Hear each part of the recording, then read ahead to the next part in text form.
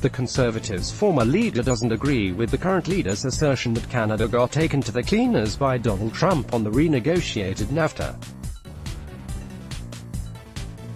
Story continues. Rona Ambrose, who was interim Conservative leader after the party's 2015 election defeat, says Prime Minister Justin Trudeau did make some concessions to get a deal, particularly offering up some limited access to Canada's supply-managed dairy sector, but also made some important gains. "I think at the end of the day, we came out doing well," she said in an interview Tuesday.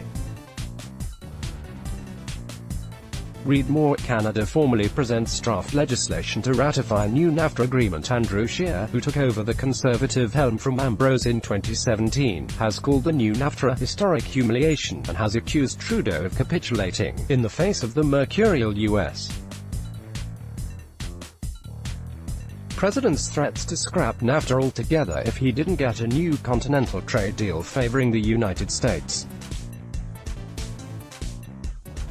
Scheer raised the issue again Tuesday in a statement challenging Trudeau to take part in a leaders' debate on foreign policy scheduled for October 1, less than 3 weeks before the October 21 federal election. Trudeau has been incredibly weak on the world stage, backing down to Donald Trump on NAFTA, humiliating Canada and severely damaging relations with India, and failing to stand up for Canada's interests in China, he said.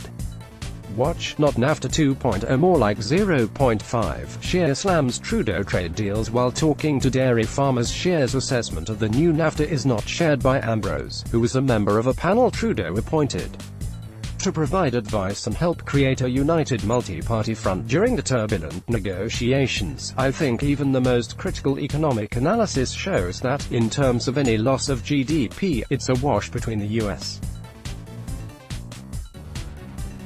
and Canada, and Mexico gets hardest hit," she said. One assessment by the CD Howe Institute found that all three countries will be worse off if the treaty is approved by the legislatures and comes into force. The U.S. economy will be 0.1% smaller than it otherwise would have been, the Canadian economy 0.4% smaller, and the Mexican economy 0.79% smaller. The effects are primarily because of U.S. efforts to get more protections for its manufacturing sector, the analysis found. Read more. New NAFTA is now signed, but nobody knows what to call it. Yes, we gave up some access in the dairy sector, but we have to remember what we got in return, which was Chapter 19. That was a big one for us, for Canada, Ambrose said. Chapter 19 lays out the trade agreement's dispute resolution mechanism and is, in Ambrose's view, the heart of the deal for Canada. Trump was determined to scrap it and allow American courts to judge trade disputes in future, but the Trudeau government held firm that some kind of independent dispute resolution system must be part of the deal. "It wasn't an idle threat from Trump," said Ambrose. "They were extremely critical of Chapter 19, and I think right up to the last minute it was their intent to scrap it." In addition, Ambrose said Canada scored success on having international labor standards and environmental principles entrenched in the deal.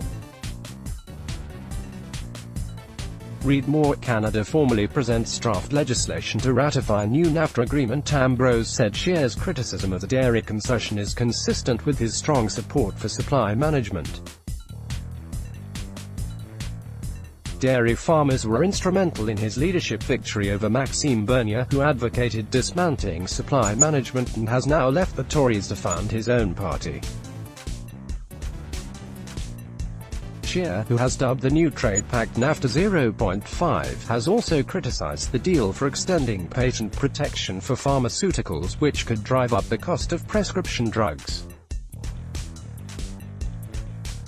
He's also maintained the deal makes Canadian automakers less competitive and that it gives the U.S.